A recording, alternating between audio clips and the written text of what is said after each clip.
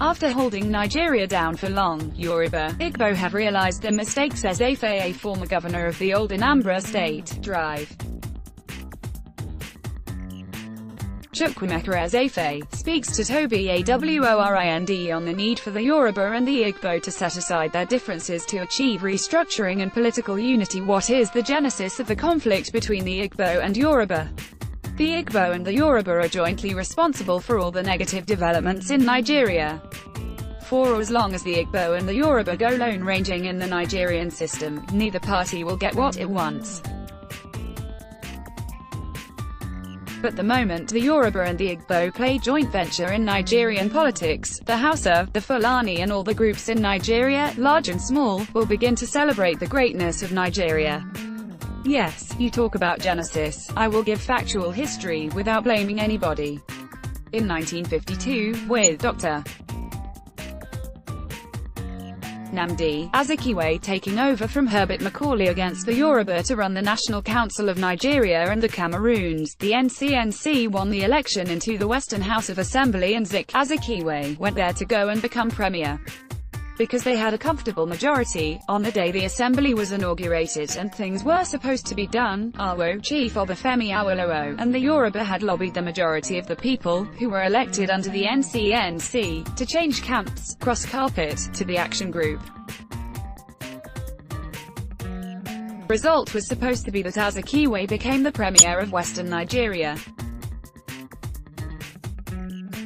But because of that magic of carpet crossing, which was an anti-Igbo affair, Zik failed to become premier and didn't want to be irrelevant, and so, decided to go to the east to become premier, and he did, causing problem between the Igbo and some of the minorities in the east, who were already given the office of premier. Then, for years, the Igbo continued to carry briefcase for the Hausa, Fulani, and they were made vice president. The Yoruba were out of government but they had the press. The Yoruba worked hard and they were politically sagacious. They understand politics well. But there was this continuing strife. Let's displace the Yoruba from access to the Hausa. Let's displace the Igbo from access to the Hausa. What was the disposition of the colonialists at the time of independence? The colonial masters preferred them, Hausa, Fulani, over everybody because they could do whatever they say. The colonial masters did everything in favor of the Hausa. They manipulated the census figures to favor them, manipulated the election to favor them, and manipulated the House of Representatives numbers to favor them because they were afraid that if either the Igbo or the Yoruba got central power in Nigeria, before the British packed their things and reached the London after colonialism, Nigeria would have been a rival in the Committee of Nations against Britain because the British knew very well that the Igbo are go-getters. They knew the Yoruba are go-getters, very competent people. So, neither the Yoruba nor the Igbo could pitch the interest of the British. For the Fulani, yes, but you had this feudal system which the Hausa, Fulani enjoys.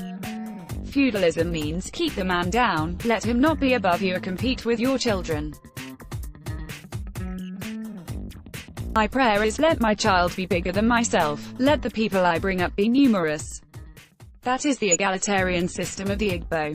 To a large extent, the same thing applies to the Yoruba. Instead of the Igbo and the Yoruba thinking deep and realizing the thing being done against them, they got caught in the trap of the British and kept fighting each other, while the British gave power to the Hausa, Fulani, and those people were using their power very violently. Do you think at any point in time, northern leaders considered a nationalist agenda? You can see statements by Tafawa Balewa, statements by Ahmadu Bello, saying they would deep the Quran in the sea, Atlantic Ocean. Whether the North deeps the Quran in the sea or not, Christianity will take over Nigeria, it will even take over the North eventually. It is all going to happen in 20 years. Why has it been difficult for Southerners to unite? After the handshake across the Niger, there are some Igbo who still have reservations. Many are still suspicious of one another. But all the genuine leaders of the Yoruba and the Igbo are one. They agreed to be one and to fight for the emancipation of the black man. God created Nigeria using the instrumentality of British imperialism. But God has a purpose in creating the largest concentration of blacks on the face of the earth, which Nigeria is. God created Nigeria to be a rallying point for and a big brother to all blacks.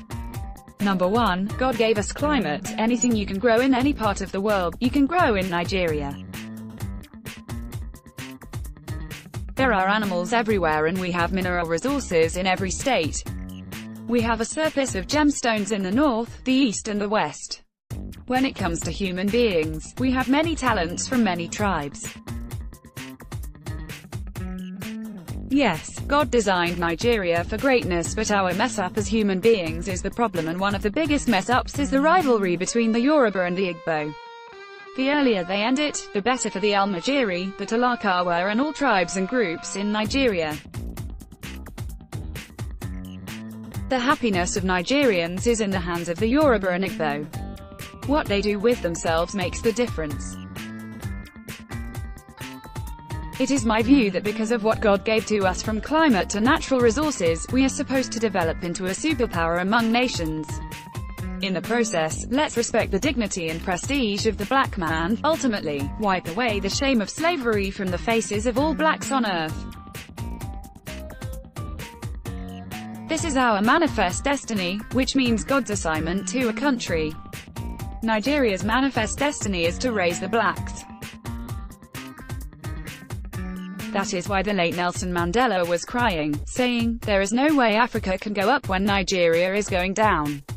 It is only Nigeria that can bring respect to Africa and not the other way round. This is how we are now.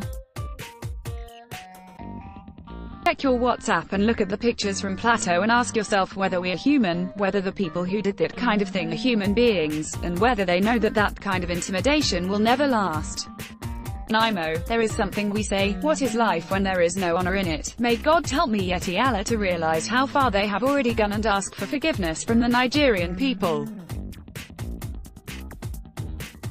You declared jihad and proceeded to kill people in every village and nobody is killing you. The Quran does not recommend the killings. Anybody killing anybody is not obeying Allah in the Quran.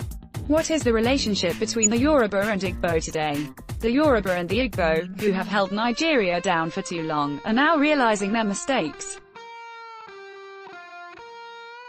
Even as they are realizing, some other people are planting more mistakes. But of course, the days of the Fulani are gone, whether they like it or not. I say what I think and people think I hate somebody. I cannot hate any group. The days of Fulani domination are gone. They wasted it, nobody wasted it for them. With President Muhammad Buhari in power, he has united the rest of Nigeria with their Fulani killings and their hired so-called herdsmen, who come from Niger and all kinds of West African countries to kill in Nigeria. And the president is looking. How can Yeti Allah come on television and accept the heinous crimes they have committed, saying it is so because their cows were killed? We don't even know where the cows were and the president is there. The police and the army are there, and the man, Yeti Allah, makes the announcement and goes back. President Buhari said those who are pressing for the restructuring of Nigeria are selfish. That is an ignoramus statement. It doesn't make sense at all. The small sense he makes, I will deal with it. Some people in the north think that restructuring only means resource control. What is worse, they think that resource control is such that we do optimal resource control, and today, we are in a system. Tomorrow, we say resource control has come into effect, therefore no revenue from oil should go to any northern state. That is a lie. We have human souls and values in the south. You cannot switch off revenue from any state and expect them to survive. What do you gain from that? So, we can have optimal resource control within optimal restructuring, and yet, not have any group suffer. What we do is this, we work out the optimal resource control and then have about 5 years implementation period whereby the federal government and all the people who want to help us in the development of alternative revenue sources, all the people who have been sharing oil revenue,